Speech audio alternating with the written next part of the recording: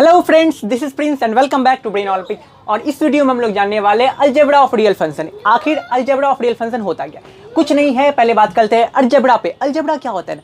सम, difference, product और divide, बस यही है। यानी कि एडिशन, सब्ट्रैक्शन, प्रोडक्ट, मल्टीप्लिकेशन जिसको बोलते हैं, और डिवाइड, यही होता है अलजेब्रा। और रियल फंक्शन क्या होता है बता चुके हैं ना जी। ऐसे फंक्शन जिसके डोमेन और रेंज दोनों ही रियल नंबर के सेट होते हैं या फिर रियल नंबर के घर से बिलोंग करते हैं, वैसे फंक्शन हमारे रियल फंक्शन कहलाते हैं। तो अलजेब्रा ऑफ रियल फंक्शन कहने का क्या मतलब हो गया? दो फंक्शन को जोड़ सकते हैं हम, दो फंक्शन को सब्ट्रैक्ट भी कर सकते हैं, दो फंक्शन का प्रोडक्ट भी निकाल सकते हैं और दो फंक्शन का डिवाइड भी कर सकते हैं। तो यही होता है अलजेब्रा ऑफ रियल फंक्शन। हो गया अलजेब्रा ऑफ रियल फंक्शन। इसी बात को ऑन द बोर्ड समझते हैं। चलिए बारी बारी से। पहले तो दो फंक्शन को जोड़ सकते हैं, यानी कि sum of two real function. पहला sum of two real function, sum of two real function. Sum of two real function कहने का मतलब हुआ, लेट्स से कि कोई एक फंक्शन मान के चलिए कि fx है और कोई एक फंक्शन gx है, तो इसको हम लोग जोड़ सकते हैं। ठीक है, जोड़ सकते हैं। और इसी चीज को हम लोग f plus g of x के टर्म में भी, रूप में भी लिख सकते हैं। ठीक है, अच्छा ठीक है, यहाँ तक तो ठीक है। लेकिन अगर बात करें डोमेन पे इसके, ठीक है, आखिर ये जो फंक्शन है मेरा, यानी कि इसका, हर फंक्शन का कुछ ना कुछ डोमेन और रेंज तो होता है ना, तो इसका भी कुछ ना कुछ डोमेन होगा, इसके भी कुछ ना कुछ डोमेन होंगे। इस दोनों को ऐड कर दिए तो हमको ये मिला। तो ऐड करने के बाद जो आया मेरा फंक्शन, उसके डोमेन क्या होंगे? तो इसको हालांकि एनसीईआरटी में डोमेन के बारे में चर्चा नहीं है, लेकिन बाबू समझ लो ना, कुएं का मेढक क्यों बनते हो? दुनिया बहुत बड़ी, अदर बुक्स में देखोगे तो फिर प्रॉब्लम होने लगेगा। समझ लेते हैं इसको। डोमेन क्या होगा? देखिए, इसका कुछ ना कुछ डोमेन, इसका भी कुछ ना कुछ डोमेन, तो इसके डोमेन, ओवरऑल जो ये फंक्शन मेरा निकला, इसके डोमेन क्या होंगे? देखिए, लेट्स से कि इसका कुछ ना कुछ डोमेन होगा और इसका कुछ ना कुछ डोमेन होगा। हमको फाइंड क्या करना है? इसके डोमेन पे, इसके डोमेन को फाइंड करना है ना। तो आखिर इसके डोमेन क्या होंगे? Domain of f plus g हमको फाइंड करना है। ठीक, domain of f plus g. तो क्या होता है ना domain of f plus g? Domain of f and domain of g, ये जो फंक्शन जी एक्स फंक्शन है ना मेरा, उसके इंटरसेक्शन को ही हम लोग, ओवरऑल जो ये फंक्शन आया है मेरा एफ प्लस जी, डोमेन कहेंगे उसको हम लोग, इसके डोमेन। यानी कि इस चीज का डोमेन क्या होगा? जो इसके डोमेन होंगे, जो इसके डोमेन होंगे, जो दोनों में कॉमन डोमेन आएगा ना मेरा, यानी कि इंटरसेक्शन तो वही देता है ना, कॉमन जी। दोनों के जो कॉमन डोमेन होंगे वो overall function f plus g of x का मेरा डोमेन हो जाएगा। ठीक है, डोंट वरी अबाउट इट। इसमें हम लोग एग्जाम्पल के थ्रू समझेंगे, तब कॉन्सेप्ट सारा आईने की तरह साफ हो जाने वाला है। ठीक है, सारा साफ हो जाएगा। देखिए अब दूसरा देखते हैं। दूसरा एक तो सम हो गया, differences of two real function भी हम लोग कर सकते हैं। Difference of two real functions. देखिए, यानी कि लेट्स से कोई एक फंक्शन fx है और कोई एक फंक्शन gx है, तो इसके डिफरेंस भी हम कर सकते हैं। और इसी को हम लोग f minus g of x के टर्म में भी लिख सकते हैं। क्लियर है? फिर से उसी तरह अगर इसके डोमेन की बात करेंगे तो क्या होगा? यानी कि डोमेन ऑफ f माइनस जी अगर हमको बताना हो तो कुछ नहीं, बस इसके डोमेन और इसके डोमेन का इंटरसेक्शन, यानी कि डोमेन ऑफ f और डोमेन ऑफ g का जो इंटरसेक्शन जो होगा, यानी कि जो कॉमन होंगे दोनों में, वो मेरा इसका डोमेन हो जाएगा। ठीक है, एग्जाम्पल देखेंगे बाबू। एक आता है product of two real function. Product of two real function. ठीक है, product of two real function कहने का मतलब हुआ कि कोई एक फंक्शन fx है, कोई एक फंक्शन gx है, तो इसको हम लोग मल्टीप्लाई भी कर सकते हैं। और इसी को हम लोग इस रूप में भी लिख सकते हैं, f into g of x। Clear है? फिर से उसी तरह इसको ना कभी कभी ये ऐसे भी लिखा मिलेगा आपको, तो इसमें कंफ्यूज नहीं होना है। f इंटू जी, तो इंटू ही तो है, इसी भी तो इंटू में ही है। ठीक है, तो f into g of x, इसका अगर डोमेन का बात करें तो सिमिलर, यही जो इसके डोमेन होंगे उसी का इंटरसेक्शन, यानी कि डोमेन ऑफ एफ जी का अगर बात करा जाए तो मेरा हो जाएगा डोमेन ऑफ एफ का इंटरसेक्शन डोमेन ऑफ जी से। क्लियर है? ये हो गया मेरा प्रोडक्ट। अब एक आता है quotient of two real function,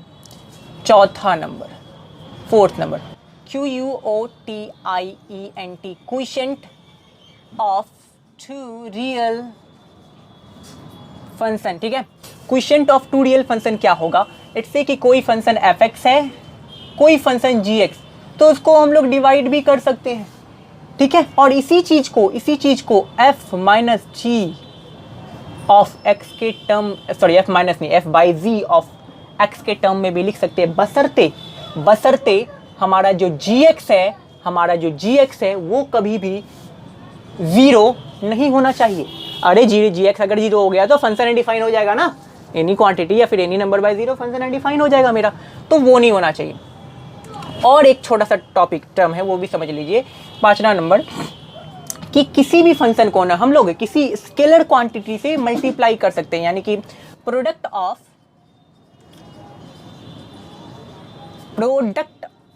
a scalar to a function, scalar and a function, product of a scalar and a function, ठीक है, फंक्शन लिखा हुआ है ये, ठीक है, product of a scalar and a function. Let's say कि कोई स्केलर क्वांटिटी अल्फा है, कोई भी, ठीक है, कुछ भी आप ले लो ना। और यहाँ पे स्केलर कहने का मतलब क्या, कोई भी रियल नंबर से है, ठीक है, स्केलर कहने का मतलब कोई रियल नंबर से है मेरा, स्केलर मीन कौन, scalar mean real number, scalar मतलब चलिए ठीक है। अब देखिए, यानी कि product of scalar and a function कहने का मतलब हो गया कि ये अल्फा क्या मेरा हो गया एक रियल नंबर, कोई भी एक स्केलर होगा, अल्फा है यहाँ पे, और ये एफ एक्स, और इसी चीज़ को हम लोग इस तरह से भी लिख सकते हैं, alpha into F of x, बस हो गया। चलिए ये हो गया हम लोग। अच्छा एक चीज़ और, यहाँ पे हम लोग सारे डोमेन पे बात की, रेंज पे बात नहीं की, क्यों बात करें भाई, यहाँ पे तो हम लोग डोमेन सारे, यहाँ पे तो फंक्शन माने हुए हैं ना हम लोग को, फंक्शन का तो वैल्यू, फंक्शन आखिर क्या है हम लोग को तो पता है नहीं, तो रेंज कैसे पता करते हैं, जब डोमेन हम लोग को मालूम हो जाता है तो वो सारे डोमेन रख के चेक करते हैं।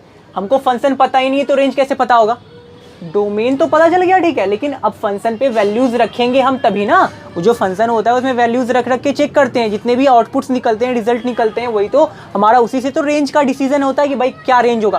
फंक्शन मालूम ही नहीं तो रेंज कैसे पता करेंगे, इस वजह से रेंज पे बात नहीं की मैं, ठीक है। चलिए अब देखते हैं हम लोग एक एग्जाम्पल के थ्रू समझते हैं। एक एग्जाम्पल लिए, लेट्स से कि कोई एफ एक्स है मेरा, एफ एक्स है root under x plus one लिए, कोई एक फंक्शन हम लेते हैं जी एक्स, और ये हो गया root under x minus one, ठीक है। अगर हमको इसके डोमेन निकालने, रेंज पे बात नहीं करेंगे ठीक है, अभी डोमेन पे बात करेंगे, रेंज पे बात नहीं करेंगे। अगर हमें इसके डोमेन निकालने हो तो क्या करेंगे, देखेंगे ना। डोमेन बेसिकली होता क्या है, एक्स का value, input values, all input values are called मेरा डोमेन ना, यानी कि एक्स के वैल्यू, जिस एक्स के जिस वैल्यू पे मेरा फंक्शन डिफाइन हो जाता है वही तो होता है डोमेन। तो एक्स के किस वैल्यू पे हो सकता है, यानी कि हम एक्स का कुछ भी वैल्यू रखें, लेकिन हमको ध्यान में रखना है कि यहाँ पर कभी भी नेगेटिव टर्म, रूट के अंदर कभी भी नेगेटिव टर्म नहीं आना चाहिए, तो फंक्शन मेरा अनडिफाइन हो जाएगा। रूट के अंदर नेगेटिव नहीं आना चाहिए, इसका मतलब क्या, अब पहले हम पार्टिकुलर फंक्शन का ना डोमेन निकालेंगे जी। पार्टिकुलर हम क्या बोले, जो डोमेन यानी कि f plus g of x का जो अगर डोमेन निकालना हो, f plus g plus x का, तो उसके लिए तो हमको इसका डोमेन और इसका डोमेन पता होना चाहिए, तभी तो उसके इंटरसेक्शन निकालेंगे तो हमको इसका डोमेन निकलेगा, ठीक है। यानी कि अगर हमको एफ एक्स यहाँ पर प्लस जी ऑफ एक्स का डोमेन निकालना है तो इसके लिए तो हमको दोनों का डोमेन पता होना है पहले, तो दोनों के डोमेन में बात कर रहे हैं, पहले इसका बात करते हैं, यानी कि x प्लस वन, यहाँ पे x प्लस वन हमेशा greater than equal to zero होना चाहिए, यानी कि जीरो से बड़ा या फिर जीरो के इक्वल। जीरो से छोटा हो गया तो नेगेटिव टर्म आ जाएगा, जीरो से छोटा हो जाएगा रूट के अंदर तो भाई नेगेटिव टर्म रूट के अंदर होना नहीं चाहिए, ठीक है। इसका कहने का मतलब क्या हुआ, x जो होना चाहिए ऑलवेज ग्रेटर देन और इक्वल टू होना चाहिए -1 के ना, यानी कि x का वैल्यू हमको मिल गया भाई, x का वैल्यू फाइंड हो गया इस वजह से, यानी कि डोमेन फाइंड हो गया क्या, कि x हमेशा होगा क्या, -1 से लेके, और -1 तो होगा ही क्योंकि इक्वल टू भी है, और -1 से बड़ा भी होगा, -1 से बड़ा कहाँ तक, इन्फिनिटी तक जाएंगे, तो इसके डोमेन तो भाई हम लोग को मिल गए। अब अगर इसके डोमेन पे बात करें हम लोग, यानी कि x-1, यहाँ पर भी सेम फंडा कि x-1 कभी भी जीरो नहीं होना चाहिए, यहाँ पे रूट के अंदर जीरो बोलते हैं, नेगेटिव नहीं होना चाहिए, रूट के अंदर नेगेटिव टर्म नहीं आना चाहिए, तो इसको हम लोग लिख सकते हैं x-1 ऑलवेज ग्रेटर देन और इक्वल टू जीरो होना चाहिए, तभी ये मेरा फंक्शन डिफाइन होगा। तो इसको इस तरह से भी x ग्रेटर देन और इक्वल टू +1 इधर आ जाएगा तो 1 आ जाएगा ना, यानी कि x का वैल्यू भी पता चल गया, हमको इस फंक्शन का भी डोमेन पता चल गया, क्या, या तो 1 होगा या तो 1 से बड़ा होगा, या तो 1 होगा या तो 1 से बड़ा होगा, 1 से बड़ा ज़्यादा से ज़्यादा इन्फिनिटी तक जाएगा, ठीक है। डोमेन पता चल गया, लेकिन चूंकि हमको इसका डोमेन चाहिए, हमको डोमेन ऑफ क्या चाहिए, हमको डोमेन ऑफ f प्लस जी चाहिए, तो इसके लिए तो दोनों के इंटरसेक्शन निकालने पड़ेंगे, यानी कि डोमेन ऑफ f का इंटरसेक्शन होना चाहिए डोमेन ऑफ g का। तो क्या देख रहे हैं, एक जो फंक्शन है मेरा, अगर नंबर लाइन पे देखें इसको, अगर नंबर लाइन पे देखें, ये मेरा 0, ये मेरा -1, ये मेरा +1, इधर मेरा इन्फिनिटी, इधर मेरा -इन्फिनिटी। लेट्स से कि जो पहला ये वाला जो फंक्शन है मेरा, उसके डोमेन पे बात करें तो उसका डोमेन -1 से लेके इन्फिनिटी तक, यानी कि इस जगह से, इसलिए डॉट कर देते हैं ऐसे करके, -1 लेकर के यहाँ तक इन्फिनिटी तक जाएगा। ठीक है, ठीक ठीक ठीक। और इसके डोमेन जो है 1 से लेके इन्फिनिटी तक, यानी कि यहाँ से लेकर के, ये यहाँ से लेकर के यहाँ तक जाएगा। ठीक है, तो दोनों में जो कॉमन होगा वही होगा। कॉमन तो हमको यहीं से दिख रहा है ना, यहाँ से लेकर के यहाँ तक वाला भाग, यानी कि 1 से लेके इन्फिनिटी तक दोनों में कॉमन है, तो कॉमन इसका डोमेन हो जाएगा इस दिए गए फंक्शन के, यानी कि इसका जो डोमेन होगा मेरा, इसका जो डोमेन होगा फाइनली क्या होगा, 1 से लेके इन्फिनिटी तक। 1 भी, जिसमें कि 1 भी हो सकता है, 1 भी हो सकता है, 1 भी होगा और इन्फिनिटी ना, क्लोज ब्रैकेट इसके साथ, क्योंकि इन्फिनिटी का वैल्यू तो फाइंड पता नहीं है क्या हो सकता है, नहीं हो सकता है, आपकी सोच से कहीं गुना पड़ा। एक और एग्जांपल देखते हैं जो कि एनसीईआरटी का एग्जांपल है, इसको हम लोग मिटा रहे हैं, तो टेक का स्क्रीनशॉट पहले आप लोग। ठीक है, चलिए मैंने एनसीईआरटी से एग्जांपल उठाए हैं। ठीक है, इसमें बोला है अगर एक फंक्शन हम लोग को दिया है x², दूसरा फंक्शन दिया है 2x + 1, तो हमको f plus g of x, f minus g of x, फिर उसके बाद f g ऑफ x। चलिए एग्जांपल देखते हैं, ये एग्जांपल नंबर 16 एनसीईआरटी का एग्जांपल लिया हुआ है मैंने। यहाँ पे एक फंक्शन हम लोग को दिया है x², दूसरा फंक्शन दिया है 2x + 1, तन हमको फाइंड करना है f plus g of x, x minus g of x, फिर f g ऑफ x और fx/gx। ठीक है, फाइंड करते हैं, कुछ नहीं है। f plus g of x कहने का मतलब क्या है कि fx प्लस gx ना, यही तो करते थे fx प्लस gx को, fx प्लस gx को ही तो f plus g of x लिखते थे हम लोग। देन हम लोग को fx भी पता है, gx भी पता है, fx है मेरा x² और प्लस gx है मेरा 2x + 1, और कुछ नहीं करना है, बस यही हो गया हमको आंसर, इसमें कुछ करना ही नहीं।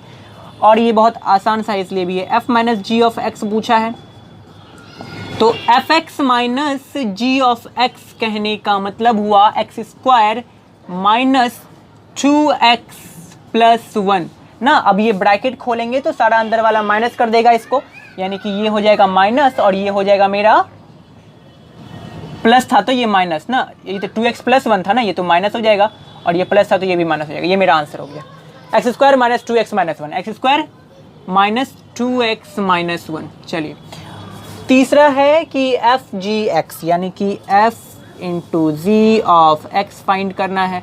कुछ नहीं, x² यानी कि fx into g of x ना, fx into g of x, और fx है मेरा x² और इसको इंटू करना है 2x + 1 से, 2x + 1 से, क्योंकि जी ऑफ x का ये तो वैल्यू है। इसको मल्टीप्लाई करेंगे तो 2x³ प्लस x², बस हो गया और ज़्यादा कुछ नहीं, हो गया और ज़्यादा कुछ नहीं, जगह का कमी। अब चूंकि ये सब हो गया ना, क्वेश्चन वाला टर्म को मिटा रहे हैं हम। ठीक है, अब हमको fx/gx करना है, fx/gx करना है हम लोग को।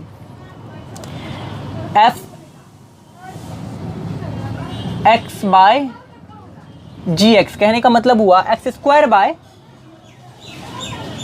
2x + 1, बस यही हो गया आंसर। और यहाँ पे हमको क्या पता है कि gx कभी 0 नहीं होना चाहिए, यानी कि ये कभी 0 नहीं होना चाहिए, यानी कि 2x + 1 is never equal to 0, नहीं होगा 0 ना, ये मेरा नहीं, 0 हो गया तो फंक्शन डिफाइंड हो जाएगा। इसी को एक टर्म में x को इधर रख के बाकी सबको उधर भेज देंगे, तो प्लस में था तो -1 और बाय इधर मल्टीप्लाई में डिवाइड, तो यही हो जाएगा, x नेवर -1/2 के बराबर नहीं होना चाहिए। हो गया मेरा, बस यही था मेरा अलजेब्रा ऑफ रियल फंक्शन। इसके बाद हम लोग एक्सरसाइज और एग्जाम्पल्स, देन इसके बाद एक्सरसाइज करेंगे, फिर उसके बाद ये फंक्शन का चैप्टर हम लोग का ख़त्म हो जाएगा। लेकिन हाँ, फंक्शन इतना ही नहीं है बाबू, अगर फंक्शन पे बोल दिया जाए तो और 1 महीना पढ़ाया जा सकता है। ठीक है, और 1 महीना तक लेक्चर बनाया जा सकता है इस फंक्शन पे, लेकिन 11 में उतना नहीं पढ़ना है, 12th में भी पढ़ना है, तो उसके लिए बचा के रखना है ना। ठीक है, तो यहाँ इसको स्क्रीनशॉट लीजिए, नोट कीजिए, और मिलते हैं अगले वीडियो में।